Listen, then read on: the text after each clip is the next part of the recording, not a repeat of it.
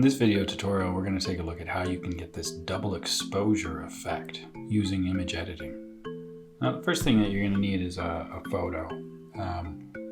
Faces work really well for this if we're trying to mimic this style.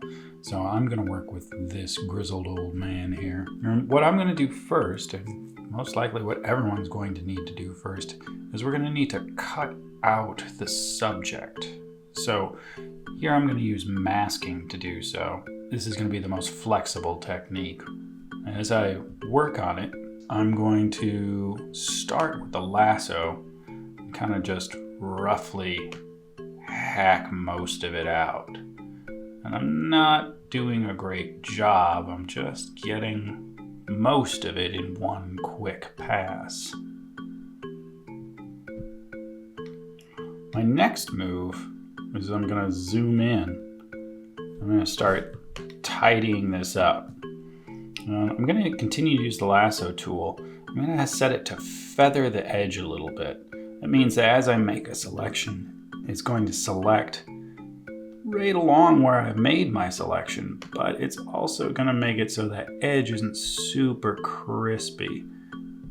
It's going to give it just a little bit of blurring to the edge to make it just a little bit softer. Now, there's no substitute for the time it takes to make a really good selection. So this will take some time to carefully cut all of this out very precisely. If you can find an image with a perfectly white background to begin with, that'll of course save you some time, but you're not going to want to sit through all this, so we'll just speed this section up.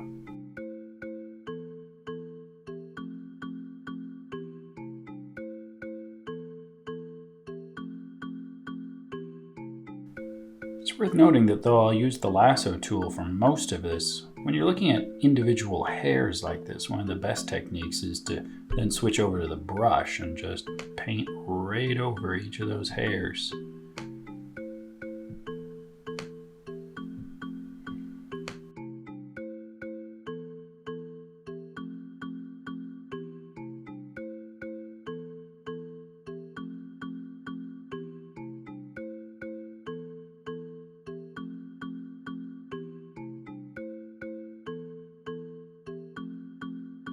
There. Now we can see the vast majority of our work is done. What we really need to do now is have a second image to create the double exposure.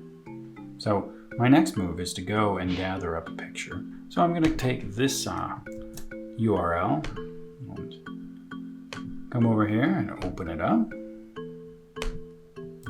Paste that in, load it. The only other thing I need to do to this image is right now just do a marquee select and select the whole picture.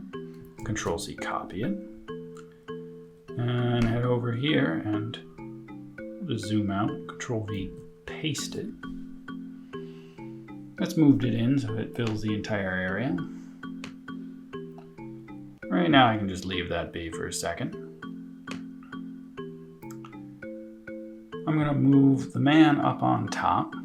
I'm actually going to duplicate this layer. The only change I'm going to make is that I'm going to go into our masking tool and I'm going to invert this one. So I have a reverse copy of it.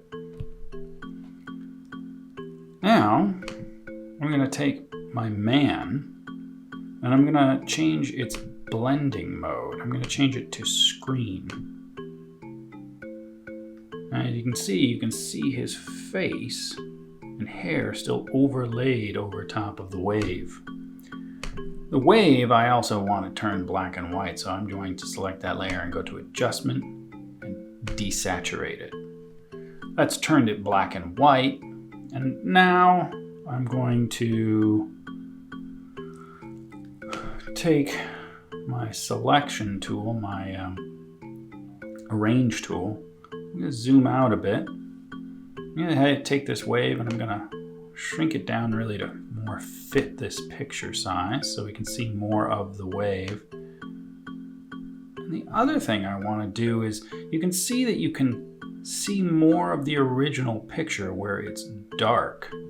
So I'm going to flip it so that my dark edge is on the man's face.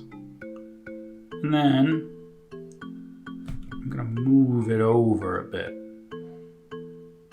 So I kind of line up the crashing of the wave right there with the edge of his hairline. Say, enter, okay. And then I'm just going to take a closer look. And that looks pretty good. I might like to adjust the brightness and contrast of the wave as well. When I do this, the darks will get darker. It's just going to make his face more visible. And there we have it. I now have a double exposure of the man's face and the wave crashing together.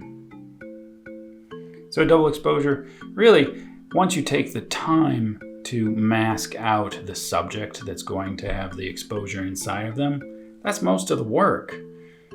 You make a duplicate copy and invert the mask so it covers up the rest of the other picture.